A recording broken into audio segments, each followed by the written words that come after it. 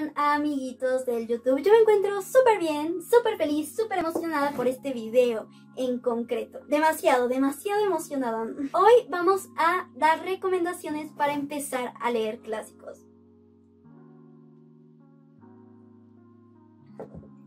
Así que acomódense, siéntense, tómense su cafecito y aparte tomen notas sobre estas recomendaciones. En este video yo estoy tratando de ser un poco más variada en los géneros que voy a recomendar.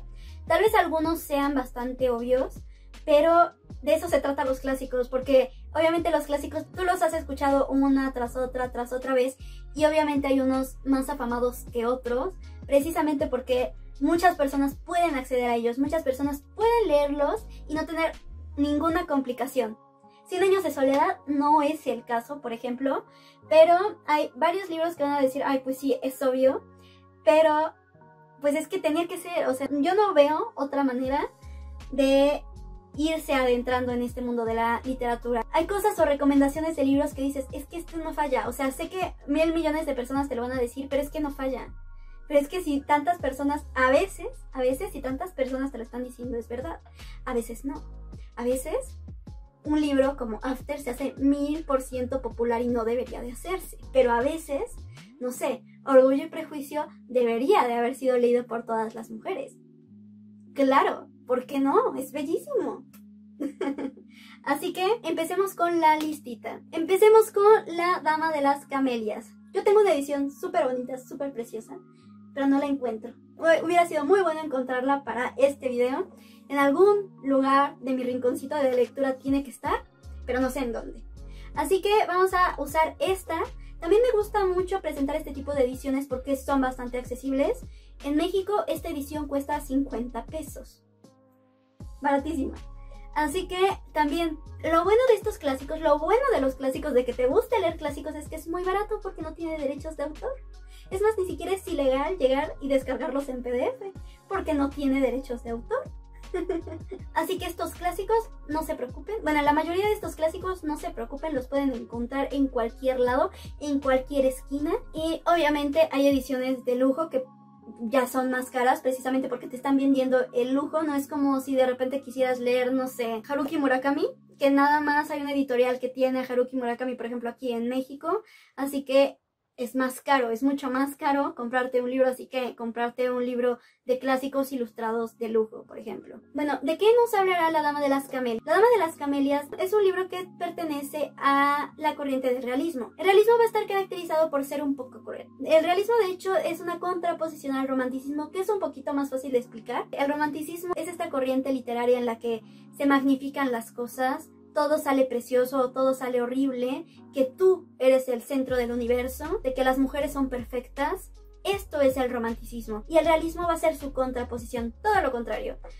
No por el hecho de que tú quieras que pase algo va a pasar, o tal vez incluso por el hecho de que tú quieras que pase algo va a pasar todo lo contrario, porque tú no eres el centro del universo, porque el mundo se va a estar moviendo y no se va a tocar el corazón por lo que tú estás pensando, por lo que tú estás pasando.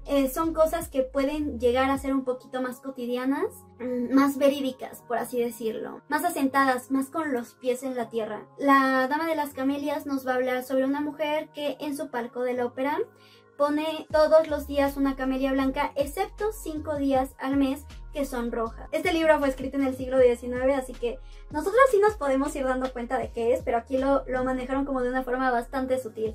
¿Por qué hace esto? ¿Por qué anuncia esto esta mujer, Marguerite Gautier? Precisamente porque es una cortesana, básicamente es una prostituta muy cara. Y nos hablará sobre una historia de amor entre Armand Duval y Marguerite Gautier.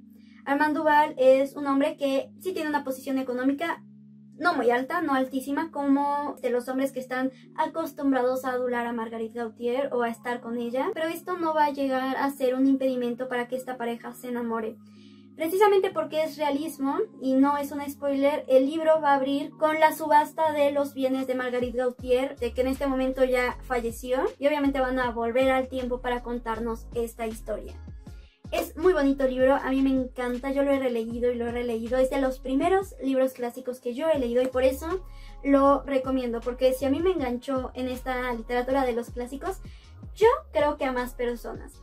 El escritor es Alejandro Dumas, pero no hay que confundirse que no es el mismo Alejandro Dumas que escribió El Conde de Montecristo o Los Tres Mosqueteros, que esos libros ya son un poquito más pesados, más largos, mucho más largos. Es el hijo, Alejandro Dumas, y les voy a recomendar mi primer libro clásico. Y obviamente si has visto algún video de mi canal seguramente ya lo sabes, porque lo digo como 1000 millones de veces y nunca jamás me voy a cansar de decirlo. El retrato de Dorian Gray de Oscar Wilde fue mi primer libro clásico, fue el libro que a mí me adentró de lleno 100% a este mundo de los clásicos. Yo cuando empecé a leer libros no inicié por clásicos, mis primeras novelas fueron Ghost Girl, después le siguió Los Juegos del Hambre, después Cazadores de Sombras, después Divergente, me leí todos los libros de John Green, El Club de los Corazones Solitarios, todo este tipo de libros. Pero llegó un momento en el que no es que sean malos esos libros, a mí me gustaron mucho, yo sigo amando Cazadores de Sombras, sigo amando Los Juegos del Hambre y de vez en cuando sí se me antoja muchísimo, pero muchísimo leerme este tipo de libros, claro. Pero también hay veces en las que estar leyendo lo mismo o estar leyendo prácticamente la misma fórmula y muchos libros cansan, ¿no? Así que yo dije, ok, sí, pero me dio un bloqueo lector muy feo y un día de repente fui a la biblioteca de mi preparatoria, en ese momento estaba en preparatoria y estaba en primero de preparatoria y encontré una edición súper chiquita, súper maltratada del retrato de Dorian Gray. No sé por qué lo agarré, pero lo agarré. O sea, tuve la suerte de haber agarrado ese libro y no haber agarrado, no sé, 100 años de soledad, que es mucho más difícil y no sé si en ese momento lo hubiera podido leer a El retrato de Dorian Gray, que es bastante accesible. Es bastante fácil de leer, a pesar de que tiene palabras rimbombantes, tiene unas frases que te enganchan desde el primer momento y te vuelan la cabeza, porque dices, o sea, es el momento en el que te das cuenta que la literatura puede hacerte cuestionarte cosas de la vida, puede ser tan filosófica, puede tener muchísimo más sabor, muchísimos más matices que estas novelas juveniles que sí son muy bonitas, me encantan, pero no llegan a tener estos matices precisamente porque son juveniles. Porque no vamos a estar hablando, no sé, como por ejemplo de La Dama de las Camelias, que es una prostituta con sus orgías y deja sus flores, inicia cuando la mujer se murió y se muere de una forma muy fea. Obviamente no, eso no es juvenil. El retrato de Dorian Gray va a ser romanticista, va a tener tintes góticos y va a pertenecer a la época victoriana. Y aparte de todo esto, encima es inglés, así que es la elegancia encarnada. También va a pertenecer a varias corrientes como el esteticismo y el dandismo. Esta edición es la de Alma Clásicos Ilustrados, es una edición de lujo, por así decirlo. Yo ya le he enseñado varias veces en el video. Hay una reseña sobre el retrato de Dorian Gray, por si quieren ir a verla para poder profundizar un poquito más sobre este libro. Este fue el primer clásico que yo leí, sí me costó un poco. Sí tiene un lenguaje un poquito más difícil, pero te engancha a la primera. A mí me enganchó a la primera. Nos va a hablar sobre Dorian Gray, que precisamente es un joven que es guapísimo, que tiene mucho dinero, pero que es muy inocente. Y cómo va a tener prácticamente un angelito y un diablito que le van a estar susurrando pues las cosas que tiene que hacer y va a terminar inclinándose mucho más al diablito. Dorian Gray, siendo hermoso, es pintado por Basil Hallward y dándose cuenta de que el retrato no va a envejecer y que va a seguir siendo hermoso, pero él sí desea cambiar de lugar con el retrato y se cumple su deseo. Entonces el retrato va a empezar a envejecer en lugar de Dorian Gray. Pero no solamente eso, sino que todas las corrupciones, todas las cosas malas que él haga, se van a ver retratadas en el retrato. Y así es como Dorian Gray va a empezar a ignorar a este retrato, pero va a estar constantemente ahí picándole, volviéndolo loco, trastornándole, con miedo a que alguna persona llegue a descubrir todos sus pecados, todas las cosas que ha hecho y toda su fealdad del alma en el retrato. Este libro también fue bastante polémico en la época en la que fue publicado porque se trataba de la crítica a la sociedad inglesa. Precisamente Dorian Gray encarna el ideal de la sociedad inglesa, pero también va retratando cómo la misma sociedad va cometiendo actos que no son buenos y que están obsesionados por cómo se ve, por cómo lo hacen, porque nadie se entere de que su honor no es intachable. También llega a tener alguno que otro tinte homosexual, porque Oscar Wilde era homosexual. Este libro fue usado en contra del mismísimo Oscar Wilde en su juicio. También tengo varios videos hablando de eso. En el que más profundizo es en El amante que le arruinó la vida a Oscar Wilde, así se llama el video. Aquí también vamos a tener otro libro gótico victoriano, Frankenstein de Mary Shelley. Este libro yo lo llego a recomendar incluso más que Drácula, porque aparte de que está más chiquito, lo padre de este libro es que te va a romper la perspectiva que tú llegas a tener de Frankenstein, o cómo lo han popularizado, cómo ha aparecido en esta cultura de hoy en día. que es un monstruo verde que camina así. Y no, de hecho Frankenstein ni siquiera es el monstruo, es el monstruo de Frankenstein. Frankenstein es de hecho el científico. Se llama Vincent Frankenstein. Y lo más interesante de todo esto es que Mary Shelley no solamente es mujer, no solamente batalló para poder publicar Frankenstein, sino de que es de las pocas mujeres que triunfaron en este momento en este género. Y se nota, o sea, sí se llega a notar que lo escribe una mujer. ¿Por qué? Porque no es un libro de horror nada más. Es un libro sobre asumir las responsabilidades de tus errores, asumir las responsabilidades de tus actos. De esto y nada más nos va a hablar Frankenstein. Es un libro de horror y les garantizo que nadie que haya leído Frankenstein se podría haber imaginado que se tratara de esto. Que el monstruo de Frankenstein no es un monstruo tonto, todo lo contrario. Él solito aprende a hablar, él solito aprende a comunicarse, él solito aprende a buscar amor. De hecho hay una frase que prácticamente resumiría el libro entero. Vengaré todas las injurias que se me hagan, y si no puedo inspirar amor, inspiraré al terror. Y a ti, creador, es al primero al que le juraré odio eterno. También tengo casualidad, ¿verdad? También tengo un video hablando sobre la biografía de Mary Shelley que se me hace alucinante, se me hace espectacular, bellísima. Como no pudo publicar Frankenstein, tuvo que publicarlo anónimamente con el prólogo de su esposo Percy Shelley para poder insinuar que el escritor de Frankenstein había sido Percy. Este libro también es de Alma Clásicos Ilustrados. Tengo otro video hablando de los libros de Alma Clásicos Ilustrados. Este video ya se convirtió en un comercial, ya lo sé, lo siento. Pero es que precisamente no quiero explayarme o no quiero enseñarles como que los libros y estar hablando horas sobre la escritora, que podría hacerlo. Y podría estar hablando horas sobre el libro, porque me gustó mucho.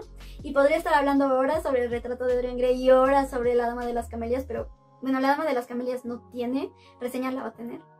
Pero a lo que voy es que no quiero hacer un video así de 2 horas. Gótico victoriano también. Este tiene más tendencias al terror y al horror que el retrato de Dorian Gray. Pues sí, obvio. Pues sí, obvio, sí. Pues sí, obvio, sí. Orgullo y Prejuicio de Jane Austen. Ya sé que todos los videos seguramente mencionan Orgullo y Prejuicio. Ya sé que es la cosa más... No manches, ¿en serio? Ya lo sé. Pero pues sí. Bien, la verdad yo he leído nada más 2 libros de Jane Austen, que han sido Sentido y Sensibilidad y Orgullo y Prejuicio. Y la verdad, Sentido y Sensibilidad se me hizo más pesado. De hecho, yo dejé Sentido y Sensibilidad una vez, porque tarda un poquito más en engancharte que Orgullo y Prejuicio. Y eso no significa que Sentido y Sensibilidad sea malo, pero este te engancha más rápido. Este libro... me lo leí en un día, y era clásico, y es clásico. ¿Qué nos hablará Orgullo y Prejuicio si has estado encerrado en una cueva toda tu vida? Nos hablará sobre la familia Bennet y cómo estas mujercitas están buscando esposo. Solamente que ya nos van a empezar a tocar temas un poquito más fuertes. Yo sé que desde la perspectiva de ahorita sería como de, ok, ajá, y ya. Pero recordemos la época. El libro fue publicado en el año 1813. Recordemos, tengamos presente todo el tiempo, por favor, esto. Tengamos presente que en el momento en el que se escribió esto era un grito de auxilio. Igual y también era la manera necesaria que tenía Jane Austen para soñar, para salir de la vida que le había tocado de 1813, pero también era un retrato bastante feminista, bastante innovador de lo que era buscar esposo. De que todas las mujeres teníamos que estar pensando en que necesitábamos encontrar esposo, porque necesitaban encontrar esposo, ya que esta familia tendrá la mala suerte de tener puras hijas mujeres, así que toda la herencia del padre no va a poder parar a ellas. En este momento las mujeres no tenían derecho a heredar. Era una familia pobre que no sabía cómo iba a salvarse de la miseria en el momento en que muriera su padre. De esto nos va a hablar Orgullo y Prejuicio. Ya dejemos tú la historia preciosa de Elizabeth Bennet y el señor Darcy, sino que también lleguemos a profundizar todo este contexto. Pensemos en todo este contexto. Pensemos que una mujer que tenía que atender a todas las personas porque era mujer, que no tenía tiempo de escribir novelas, que las escribía escondidas, que no tenía un lugar donde esconderse para poder escribirlas, creó Orgullo y Prejuicio, creó Sentido y Sensibilidad, creó todas estas obras de arte. Es un libro 100% romántico, es típica novela hate to love, y aún aún así, está mucho mejor escrita que el 80% de las historias de amor ahorita. Así que denle una oportunidad, léanlo. Pues sí, o sea, sí, tenía que estar. Pues sí, pues obvio. Pues sí. Este libro no es de Alma Clásicos Ilustrados, es de la editorial Panamericana. Es muy bonito, de hecho es más grande que los de Alma Clásicos Ilustrados. Y ya sé que les dije que quería variar de género y ya les presenté 3 libros de horror gótico victoriano, pero este es distinto. O sea, este tiene una... Bueno, no es distinto, sí es horror gótico victoriano, pero este tiene otra característica por el cual lo estoy mencionando. No solamente es el mayor exponente de los 3 de horror victoriano, sino que aparte también es el mayor exponente de la literatura del género epistolar, ya que este libro va a estar narrado en cartas. Y creo que es el único que va a estar narrado en cartas de los que les estoy presentando, sí. Es el único. Así que este no simplemente es como de encontrar una muy buena literatura, que lo es un muy buen libro. La historia es muy buena, sino la manera en la que te lo está contando, que es un poquito más interactiva, por así decirlo, ya que es este misterio y aparte está narrado en cartas y está narrado con saltos de tiempo y todo esto lo hace un poquito más fascinante, aparte de que también es el mayor exponente del género de vampiros. O sea, tenía que estar, también tenía que salir, pues sí. Va a tener diarios, va a tener cartas, van a ser diarios de distintas personas y todo esto va a tener como personaje principal a Jonathan Harker, que es un joven abogado inglés que llega a Transilvania nada más con la idea de hacer unos trámites y se va a encontrar con el conde Drácula. Y ya vamos a saber todo lo que pasa después, cómo va a ir descubriendo que este hombre tal vez no sea un hombre. Y como ya dije, precisamente este libro no solamente lo estoy recomendando por este género que ya recomendé todos, no lo pensé muy bien, sino porque también tiene varios elementos que no van a ofrecer estos dos. La Dama de las Camelias, o sea, sí sé que dije de que este va a ser el único libro de género epistolar. La Dama de las Camelias contiene cartas, pero este libro está contado enteramente de diarios, de cartas, no es una historia... Bueno, La Dama de las Camelias tampoco es lineal, pero esta es un poquito más deslineal que la otra. Sé que así no se dice, lo dije de broma. No quiero que me empiecen a decir ahí. No se dice deslineal. Drácula. También. Empiecen a leer este libro. Empiecen a leer clásicos con libros que los enamoren. Este libro por el momento no lo tengo físico. Del amor y otros demonios de Gabriel García Márquez. No sé si debieron de haber empezado con ese, porque yo también ya hice un video sobre con qué libro a mí se me hace el más factible para empezar a leer, que es El coronel no tiene quien le escriba. Otro comercial. Pero la verdad, de todos los libros que me han gustado de Gabriel García Márquez, así, en orden, el primero es 100 años de soledad, cosa linda, cosa hermosa, cosa bien hecha. Después iría Del amor y otros demonios, que es el que estoy recomendando, y después iría El amor en tiempos del cólera. El amor de tiempos del cólera es todavía un poquito más complicado que Del amor y otros demonios, porque Del amor y otros demonios sí es lineal, y El amor en tiempos del cólera no. Solamente que sí les voy a avisar que, o sea, con este sí tenía mis dudas porque toca un tema muy fuerte, muy difícil, muy cruel. Creo que es el libro más cruel de García Márquez. Cruel con ganas. Está ambientado en América del siglo XVIII. Nos va a hablar sobre Sierva María, una niña que, escuchen bien lo que les estoy contando, fue mordida por un perro que tenía rabia. El padre, tratando de salvar a su hija, la va a meter en un convento. El problema de todo esto se desata porque la muerde un perro con rabia, pero ella jamás, nunca presenta un símbolo de rabia. Esta niña tuvo la buena o la mala suerte de haberse criado con los brujos, que eran precisamente los esclavos de su padre. Está bastante instruida en la brujería, en las religiones de esta familia. Entra a un convento en América del siglo XVIII. Nosotros nos esperamos qué ocurre, porque de hecho el libro inicia encontrando el cadáver de una niña con el cabello larguísimo, precisamente como lo tenía Sierva María. Nos habla sobre la injusticia, sobre lo ilógica que era en ese momento la iglesia, sobre cómo eran capaces las personas de abusar de su poder, porque yo no estoy diciendo que la iglesia sea mala, sino que hay personas buenas y malas en el mundo que pueden estar en el gobierno, en la iglesia, en las escuelas, en en las oficinas, en cualquier lugar hay personas buenas y malas. Como todas estas creencias erróneas, como todo se prestó para, pues para que estos eventos sucedieran. Así que es un libro que yo recomiendo muchísimo, pero como ya mencioné antes, es difícil de leer. No porque esté complicado de leer, sino por la temática. Pero yo siento que, por ejemplo, este y El coronel no tiene quien le escriba son los mejores libros para empezar a encaminarnos con Gabriel García Márquez, que se me hace un escritor maravilloso, es de mis escritores favoritos. Las aventuras de Sherlock Holmes. Yo quería recomendar un libro de cuentos, y les voy a decir la verdad, ustedes no deben de empezar leyendo Las aventuras de Sherlock Holmes. Se inicia leyendo Estudio en Escarlata. Así hay un orden cronológico que también casualmente ya está en mi canal.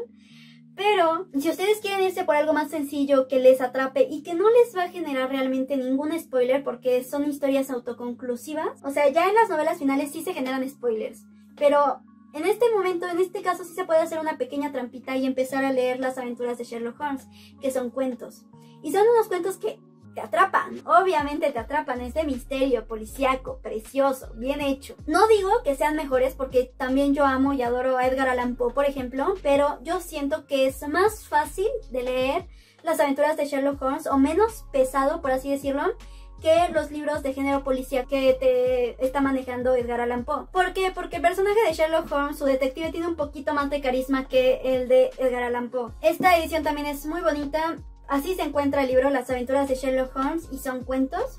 De hecho cuenta con 11 o 12 cuentos dependiendo de la editorial. Este cuenta con 11 cuentos. Es inglés. Ahora que lo pienso, les recomendé muchos libros ingleses. Charlie. Bueno, lástima. También es victoriano. Algo salió mal aquí.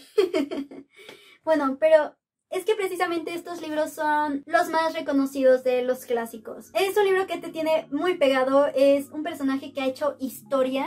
Precisamente en el video del canon holmesiano les explico qué historia ha hecho. Hay muchos datos curiosos, hay muchas cosas interesantes. No es este detective que se ha popularizado, como lo vemos en las últimas, no sé, películas de Sherlock Holmes. No es este mismo personaje y tiene mucha chispa. Es muy interesante, fue pionero en la ciencia forense, de hecho se le agradece mucho a Sherlock Holmes por haber sido este pionero. Arthur Conan Doyle intentó matar a Sherlock Holmes muchas veces y no lo pudo hacer. De hecho, cuando lo hace, porque si hay un cuento en donde se muere, muchas personas hicieron luto, se desuscribieron en la revista donde se publicaban los cuentos de Sherlock Holmes. Y aparte de todo esto, muchas figuras públicas fueron a hablar con él para que lo resucitara. No le quedó de otra que resucitarlo. Fue un escritor que no quería mucho a su personaje, aún así fue increíble todo lo que generó. Y por último, pero no menos importante, Las batallas en el desierto de José Emilio Pacheco. Este libro también lo recomiendo en todos lados. ¿Por qué? Porque es muy cortito, es muy fácil de leer, es el más fácil de leer de todos y te ayuda mucho no solamente a empezar a leer clásicos, sino que a empezar a leer clásicos mexicanos y conocer esta historia mexicana en la que empiezan a entrar distintas culturas. Se ve un choque cultural con Estados Unidos. De hecho, es el único en el que se ve el choque cultural, es la única cultura que empieza a entrar, pero ya nos está hablando sobre el interés de estas personas en un mundo más globalizado. También nos hablará sobre Carlos, un niño que se enamora de la mamá de su mejor amigo. Muy interesante, muy bonito que estos dos temas juntos, sino el despertar hormonal, por así decirlo, de Carlos, y al mismo tiempo toda esta ambientación se me hace muy bello, se me hace muy bonito, muy fácil de leer, muy rápido, es muy bueno y es encaminando también a la literatura latinoamericana. Nosotros por lo general cuando pensamos en clásicos pensamos en estos libros que les recomendé, que por lo general, como me acabo de dar cuenta, son ingleses. Pero la literatura está en todas partes del mundo. Abran su mente, acéptenla, ámenla. Coméntenme qué libro les llamó la atención, qué libro se les hizo bastante obvio. Lo sé, pero también van a saber que son buenísimos y ya los leyeron. Coméntenme qué otros libros recomiendan ustedes para las personas que apenas están empezando a leer clásicos. Y recuerden, leer es resistir. Benito Taibo.